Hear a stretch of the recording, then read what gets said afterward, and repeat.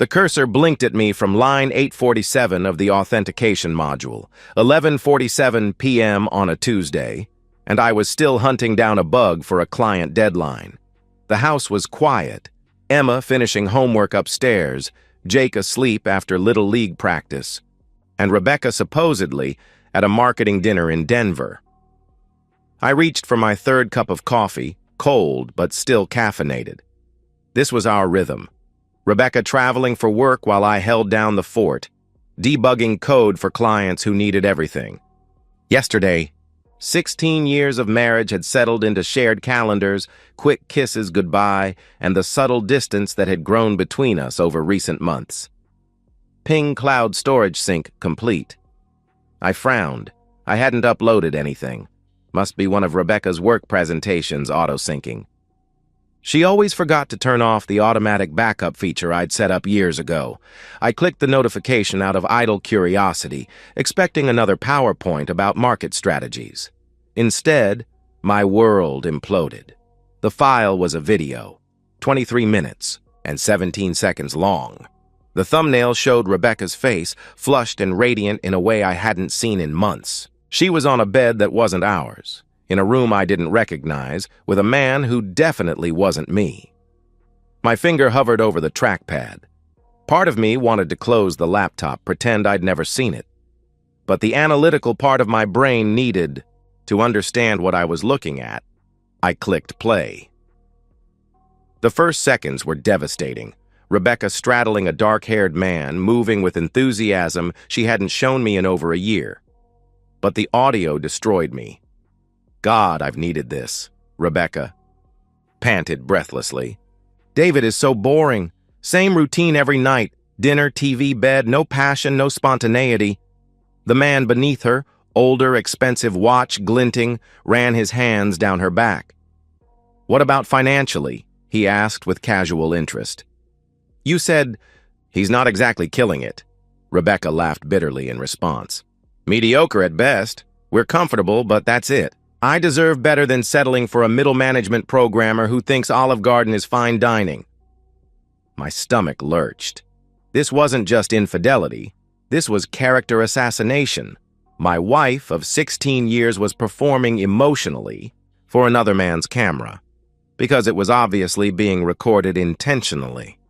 The angle was perfect, lighting good, Rebecca's performance deliberate. She kept glancing at the device, ensuring her words carried clearly. I skipped ahead. More passionate intimacy interspersed with casual cruelty. Rebecca complaining about our suburban house, mocking my weekend projects, describing our marriage as dead, while simultaneously planning our family vacation to Yellowstone. The worst part came near the end. The man asked about her kids. They're fine, Rebecca said dismissively, barely pausing her movements. Emma's busy with school, Jake's got sports, they barely notice when I'm gone. David handles all that domestic stuff. You don't feel guilty? The man pressed. Rebecca's laugh was sharp and cold. About what? Finally feeling alive again? Mark, I've been sleepwalking through my life for years. This, us, is the first real thing I've felt in forever. Mark. Now I had a name. I paused the video, staring at my wife's face, radiant with betrayal. The timestamp showed 3 hours ago. Rebecca had texted at 7:30 saying dinner was running. Long. At that moment, she'd been comparing me unfavorably to Mark while planning our vacation. My phone buzzed. Rebecca's photo filled the screen. Hey, honey, she said breathlessly when I answered. Sorry I'm calling so late. Dinner ran super long and Jennifer from corporate wanted to discuss Q3 projections. I stared at the paused video. Rebecca's face, flushed with satisfaction, hair tousled, eyes bright with joy, I couldn't remember seeing directed at me in months. How was the food? I managed to ask. Hotel restaurant stuff. Pretty boring, actually, my wife replied casually. Can't wait to get home to you and the kids. Boring. The same word she'd used to describe me minutes ago while writhing on top of Mark. Drive safe. I love you, I said automatically. Love you too, honey, Rebecca responded warmly. The call ended. I sat surrounded by family life, Emma's honor roll, certificate, Jake's baseball schedule, 16 years of shared memories. On my laptop screen, the frozen image of my wife glowing with betrayal. The cloud sync notification blinked. Rebecca's technological carelessness had just handed me the evidence that would change everything. She'd been careful to lie to me, but forgotten about the digital trail. I closed the laptop and listened to familiar sounds. The refrigerator humming, floorboards creaking, a car pulling into our driveway. Rebecca was home. I didn't sleep. Instead, I spent the night documenting everything. Screenshots of metadata, backup copies saved to secure locations. A timeline of Rebecca's recent work trips, cross-referenced with expense reports and credit card statements. By dawn, I had the foundation of a case. But first, I needed to understand exactly who I was married to. Rebecca came downstairs at 7:15, humming softly. She was glowing in a way that might have seemed refreshing if I didn't know its source. Her hair was perfectly styled, despite her supposedly late night, makeup flawless, step light, and confident. "Morning, honey," she said cheerfully, kissing my cheek with lips that had been on another man 12 hours earlier. "You're up early." Couldn't sleep. "Work stuff," I replied, studying her face for any sign of guilt. I poured her coffee, watching for any sign of guilt. Nothing. If anything, she seemed more affectionate than usual. Emma stumbled downstairs in school clothes. At 15, she was developing my analytical mind, and I could see her studying her. Mother's unusually cheerful demeanor. "You seem happy this morning, Mom," Emma observed with teenage directness. "Just a good meeting yesterday," Rebecca answered smoothly, ruffling Emma's hair. "Sometimes work energizes me. How's the chemistry project?" "Fine," Emma replied, her tone suggesting she wasn't buying the explanation entirely. After the kids left, Rebecca lingered over coffee with unusual attention. "David, I've been thinking about us lately," she said with careful deliberation. My blood went cold. "What about us? We've been in such a routine. Don't you think we need to shake things up? Add some excitement?" she asked, eyes brightening with what I now recognized as calculated enthusiasm. The audacity was breathtaking. She was planning to justify her affair as marriage enhancement. "What kind of excitement?" I asked cautiously. Rebecca's eyes brightened further.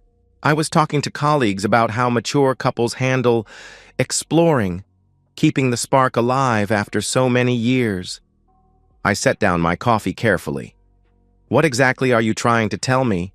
She took a deep breath, clearly rehearsed. "I think we should consider opening up our marriage. Just physically, nothing emotional. A way to rediscover ourselves before reconnecting as a couple."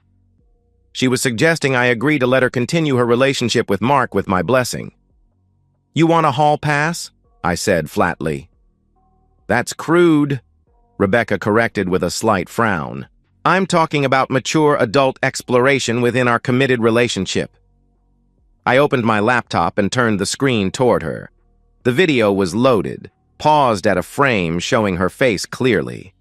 "Is this what you mean by mature exploration?" Color drained from Rebecca's face, but only momentarily.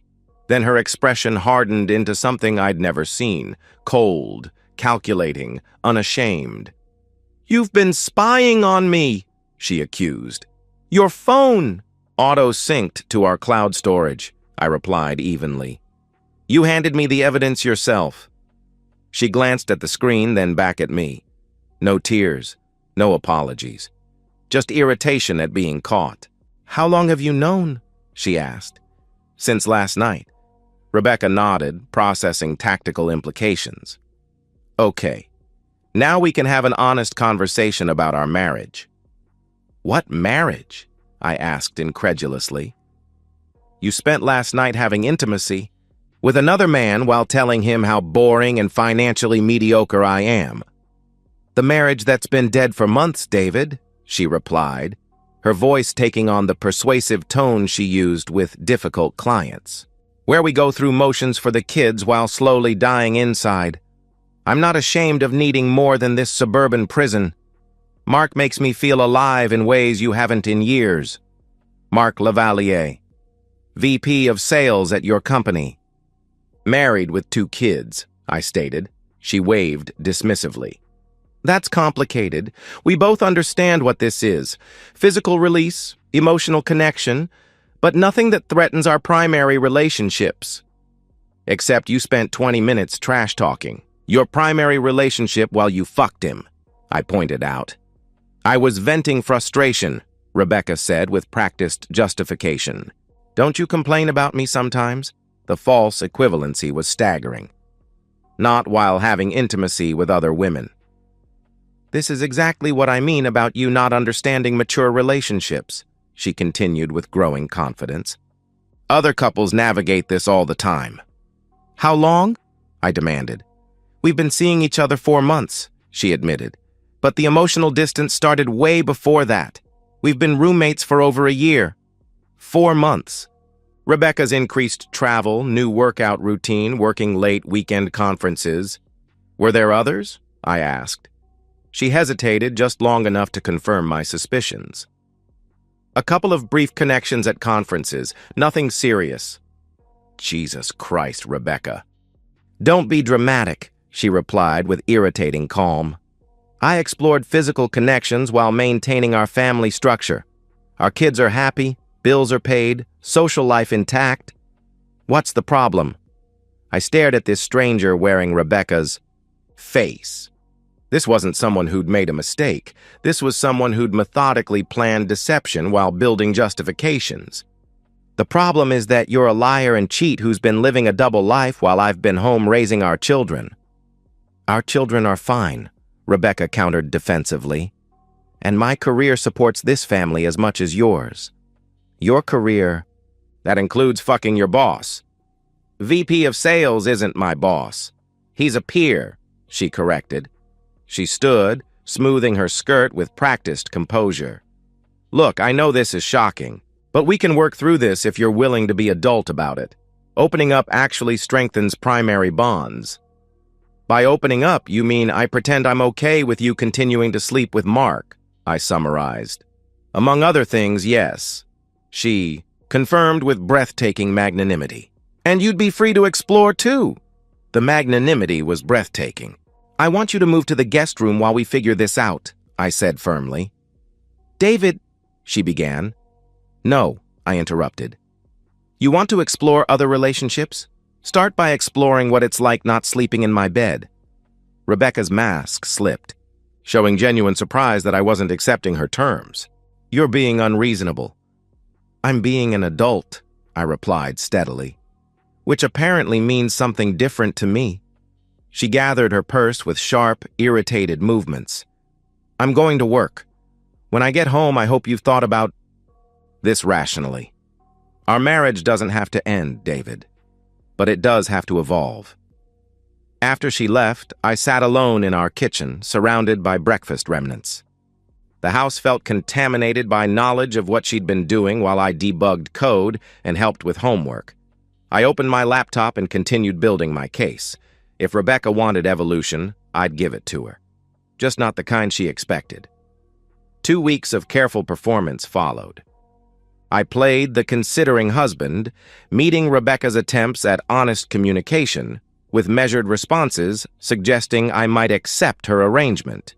She interpreted my lack of explosive anger as progress. Meanwhile, I was building a case that would withstand any divorce attorney in Illinois. Sandra came recommended by my brother Mike, former Chicago PD detective, 15 years in private investigation specializing in matrimonial cases. Professional, discreet, expensive enough to ensure quality. Your wife's not very good at this, Sandra said during our third meeting, sliding a folder across the Starbucks table. Either incredibly arrogant or genuinely doesn't understand how easy she is to track. The folder contained a timeline that turned my stomach. Rebecca hadn't just been seeing Mark. She'd systematically worked through her company's executive ranks for over a year. Hotel receipts that didn't match claimed accommodations, expense reports for dinners with non-existent clients, conference registrations for events she'd never attended. Mark Lavalier is actually the third concurrent relationship, Sandra continued, matter-of-factly. There's James Morrison from Portland. She sees him during West Coast trips. And David Reese from European Division met during that London conference in February. I remembered London. Rebecca had been gone 6 days, supposedly meeting international clients. She'd returned energized and affectionate, bringing gifts and talking enthusiastically about expanding her professional network. She has a type, Sandra observed clinically. Married executives with strong financial profiles. Very strategic target selection. The evidence was overwhelming. Screenshots from Rebecca's company phone retrieved through Sandra's IT contact. Photos of Rebecca entering hotels with various men during claimed business trips. Financial records, showing personal expenses charged to company cards and reimbursed through fabricated client entertainment. But the most damaging evidence came from Rebecca herself. She'd gotten comfortable, and comfortable people make mistakes.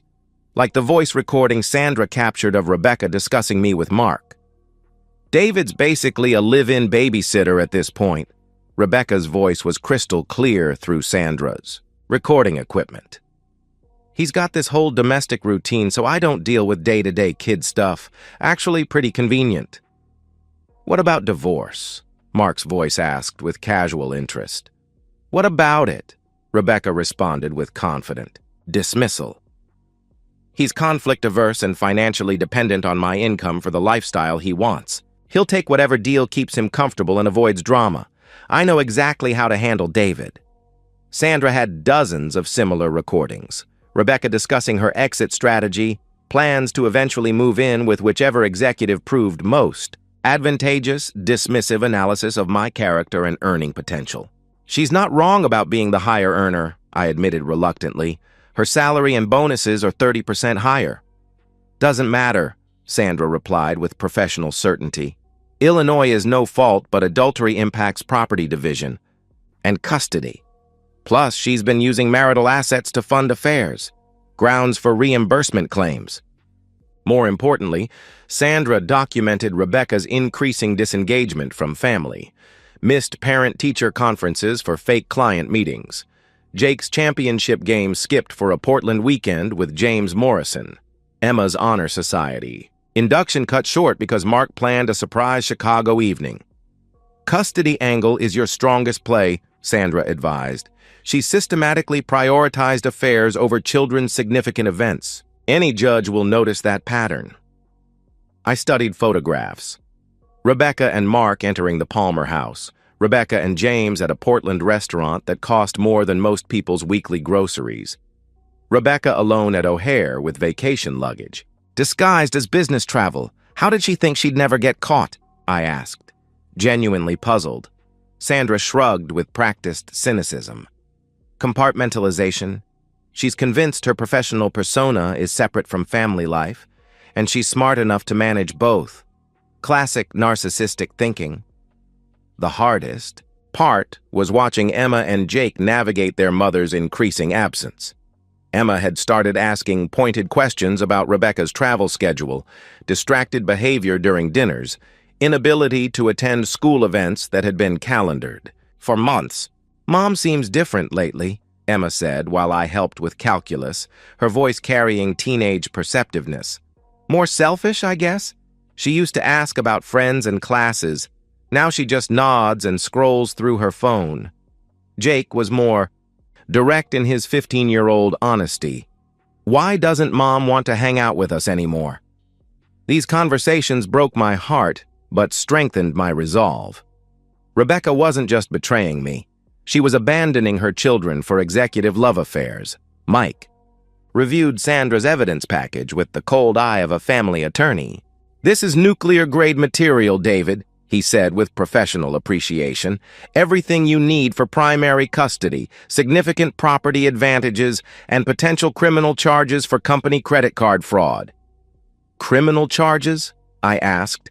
Surprised. Using corporate funds for personal affairs, then filing false expense reports? Mike explained matter-of-factly. Textbook embezzlement.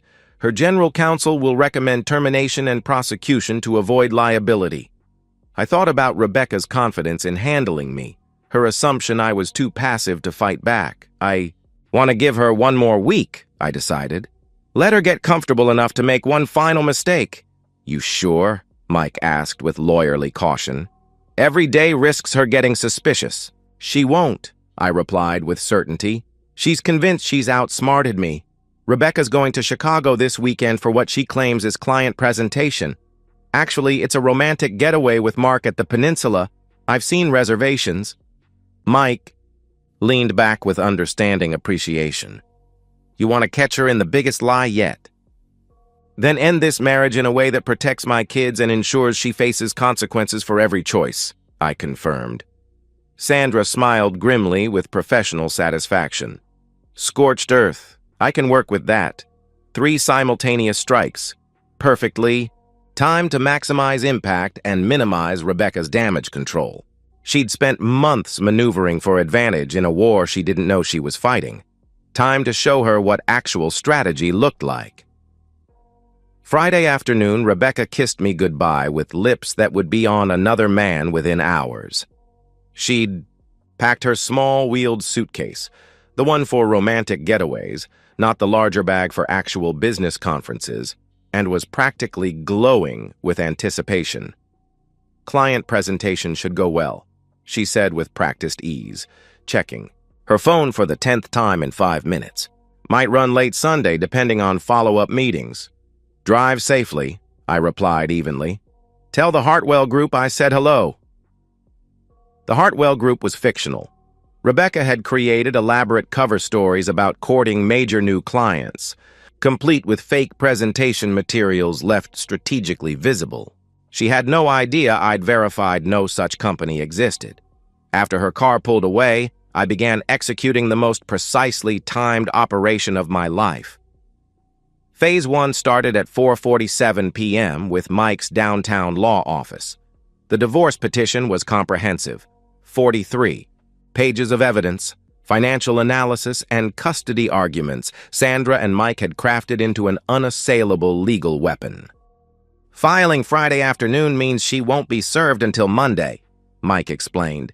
Gives you the weekend to execute other phases without her knowing what's coming. Perfect, I confirmed. Phase 2 required delicate timing. I'd spent 2 weeks crafting the perfect LinkedIn message to Jennifer Lavalier, professional, concerned, just specific enough to confirm suspicions she clearly already had. Her response came within an hour. David, thank you for reaching out. I've suspected something for months. Mark's been working late constantly, taking weekend business trips that don't show up on his company calendar, becoming increasingly distant and secretive. If you have evidence confirming what I think is happening, I need to see it. My children deserve better than this. I sent her a curated package, enough proof to confirm her marriage was over, but not so much she'd think I was vindictive. Jennifer Lavalier was about to have the worst weekend of her life, but she'd have evidence to protect her children and financial interests. Phase 3 was most satisfying. Rebecca's company had strict policies against personal relationships between employees, especially involving expense account fraud and travel privilege abuse. HR Director Margaret Torres was no nonsense, experienced with similar situations. Mr. Warner, I appreciate you bringing this to our attention, she said during our Friday evening call with professional gravity. We'll need full investigation, but if these allegations prove accurate, Ms. Warner will face immediate disciplinary action. I understand, I replied respectfully. I thought the company should know before this becomes legal. It's going to become legal regardless, Margaret stated with corporate certainty. Using corporate funds for personal affairs and filing fraudulent expense reports? Textbook embezzlement. We'll have no choice but recommend prosecution. By Sunday evening, all pieces were positioned. Rebecca would return from her romantic weekend to find her professional life imploding, her lover's marriage destroyed, and divorce papers waiting. But first, I had one final performance. I'd invited both sets of parents for dinner under the pretense of working on our marriage issues. Rebecca's parents had never particularly liked me. I wasn't ambitious enough for their daughter. My parents had grown uncomfortable with Rebecca's behavior, but been too polite to comment. Emma and Jake were present when Rebecca walked in at 6:30, still glowing from her weekend with Mark. She was surprised to see everyone gathered but recovered quickly. "What's all this?" she asked with curious confusion, setting down her suitcase. "Family meeting," I announced calmly. "We need to discuss some things." Rebecca's parents looked confused but pleased. They'd been pushing marriage counseling. My parents looked concerned but supportive. Emma watched with sharp teenage attention, sensing drama. Jake was just happy everyone was together. "Before we start," I said with deliberate formality, opening my laptop, "I want everyone to understand exactly what we're dealing with." I'd prepared a presentation Rebecca would have admired. Clean graphics, bullet points, supporting documentation. Logical, evidence-based argument appealing to analytical minds. "Rebecca, 3 weeks ago you told me our marriage was dead and you'd been exploring relationships with other men to feel alive again," I began. "You suggested we open our marriage to accommodate your affairs." Rebecca's face went white. This wasn't how she'd planned to control the narrative. "David, what are you—" she began desperately. "Let me finish," I interrupted firmly. I clicked to the next slide, showing Rebecca's travel timeline cross-referenced with hotel receipts and expense reports. This records Rebecca's travel over the past year. Red indicates actual business trips. Blue indicates trips meeting married men for romantic weekends. Dead silence. Emma stared at her mother with dawning comprehension and disgust. Jake looked confused but sensed tension. Both sets of parents were processing implications.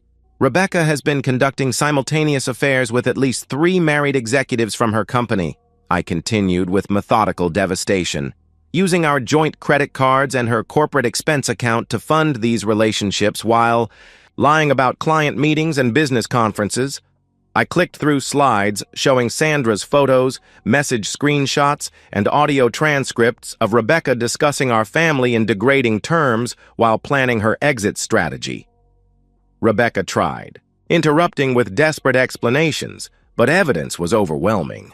Her explanations, photos taken out of context, messages misunderstood, crumbled against documentation weight. The breaking point came when I played audio of Rebecca describing our children as minor inconveniences and me as a live-in babysitter. She could manipulate. Emma stood abruptly, chair scraping hardwood. "Mom, how could you say that about us? About Dad?" she demanded with teenage fury. "Emma, honey, you don't understand the context," Rebecca pleaded desperately.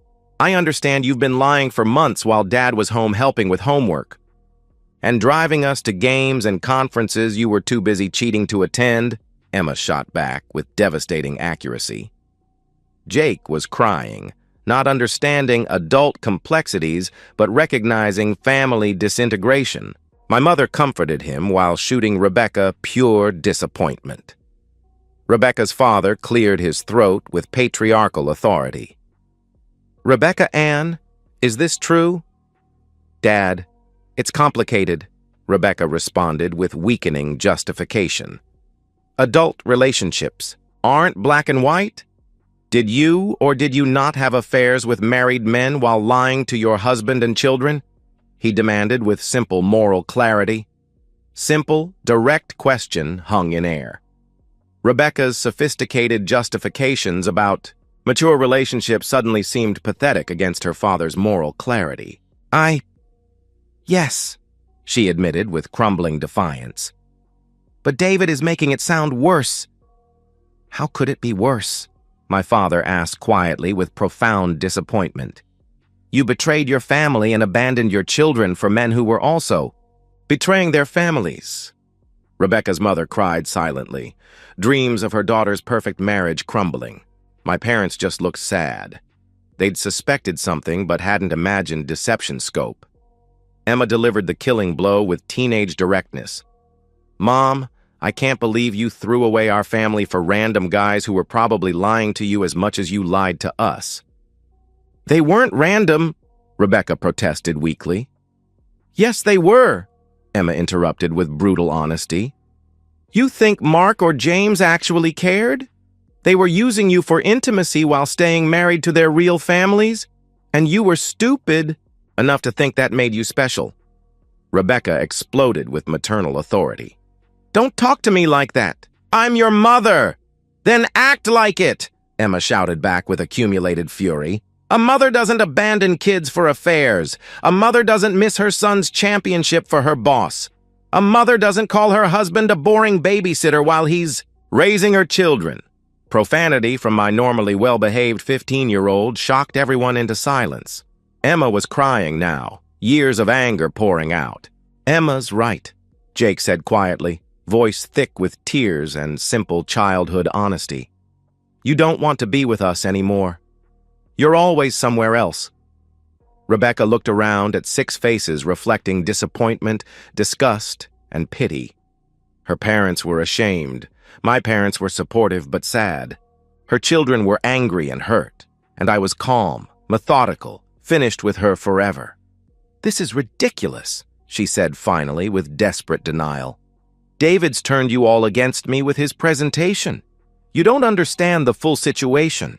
"Then explain it," I said with deadly calm. "Explain how lying to your family, abandoning your children, and conducting multiple affairs while stealing from your employer represents the situation we're failing to understand." She couldn't. For all her sophistication, Rebecca had no defense against simple moral truth. She'd betrayed everyone who loved her for temporary excitement with men who were also betrayers. Rebecca grabbed her purse and keys with sharp, defensive movements. "I don't have to listen to this." "No, you don't," I agreed with cold finality. "But you'll listen to your attorney Monday when divorce papers are served. And you'll listen to HR about the investigation into your expense fraud. And you'll listen to Jennifer Lavalier's lawyer when she subpoenas you for her divorce proceedings." Rebecca stopped in the doorway with sudden alarm. "What? Did you think I'd discovered your affairs and done nothing?" I asked with quiet devastation. "I've spent 3 weeks building a comprehensive case with investigators and attorneys. Your professional life, relationships, and marriage are ending simultaneously, tomorrow morning." For the first time, Rebecca looked genuinely frightened. Her confidence in controlling the situation, managing reactions, emerging with minimal consequences, all crumbled as she realized she'd been outmaneuvered by the boring, passive husband she'd thoroughly underestimated. "David, we can work this out," she pleaded with growing desperation. "We don't have to destroy everything." "You already destroyed everything," I replied with finality. "I'm just cleaning up the mess." She left without another word, driving into darkness that had become her final judgment. Through the window, I watched her car disappear, taking 16 years of marriage and any illusions about the woman I'd loved. Emma hugged me fiercely. "Dad, I'm sorry she did this to you, to all of us," she said with fierce protectiveness. "I'm sorry too, sweetheart," I replied, holding her tight. "But we're going to be okay." Jake joined the hug. For a moment we stood there, father and children, damaged but not broken, ready to face whatever came next together. Rebecca's phone started buzzing before she'd made it home. Mark's wife had found the evidence. The reckoning had begun. The collapse came faster than I'd anticipated. Rebecca's double life imploded with controlled demolition efficiency, each failure triggering the next in a cascade she couldn't control. Monday brought divorce papers, served at Rebecca's office by a process server who found her in emergency HR meetings. Margaret Torres later told me Rebecca tried maintaining professional composure while being handed documents detailing her affairs and financial misconduct in clinical legal language. Tuesday, Mark Lavalier cleaned out his office. Jennifer's attorney had moved quickly, filing for emergency custody and asset protection based on my evidence. Mark's company, facing potential liability for executive misconduct, terminated him immediately to distance themselves from scandal. Rebecca's demotion came Thursday. Her new title, Junior Marketing Associate, carried 40% pay cuts and eliminated travel privileges. The company needed her gone but wanted to avoid wrongful termination lawsuits, so they'd created a position forcing resignation or professional purgatory. "She's basically answering phones and updating spreadsheets," Sandra told me during our final meeting with professional satisfaction. 20 years of advancement wiped out in a week. The custody hearing 6 weeks later was everything, Mike predicted. Rebecca's attorney, a tired public defender she'd been forced to hire after salary cuts made private counsel unaffordable, tried painting me as vindictive and controlling. But evidence spoke for itself. Judge Patricia Morrison reviewed Sandra's documentation with methodical attention of someone who'd seen too many families destroyed by adultery. "Ms. Warner, you missed your son's championship game for what you described as a much-needed weekend away from suburban tedium," she stated. "Is that accurate?" Rebecca shifted uncomfortably in the witness chair. "Your Honor, I was going through a difficult marriage period." "That wasn't my question," Judge Morrison interrupted with judicial authority. "Did you prioritize a romantic weekend with a married man over your 12-year-old's most important game?" Yes. But, Rebecca admitted with crumbling defiance. "And you missed your daughter's Honor Society induction for what your texts describe as an amazing night with James that was way better than watching Emma get another certificate." The judge continued relentlessly. "Also accurate?" The courtroom was silent, except for Rebecca's attorney scribbling unusable notes. Rebecca's pattern of choosing affairs over family responsibilities was documented too thoroughly for denial. Emma had asked to speak directly to the judge. At 15, her preferences carried serious weight. "Your Honor, I love my mother, but I don't trust her anymore," Emma testified with remarkable composure. "She's been lying to us for over a year while my dad held our family together. I want to live with him full-time and see Mom weekends if she even wants to."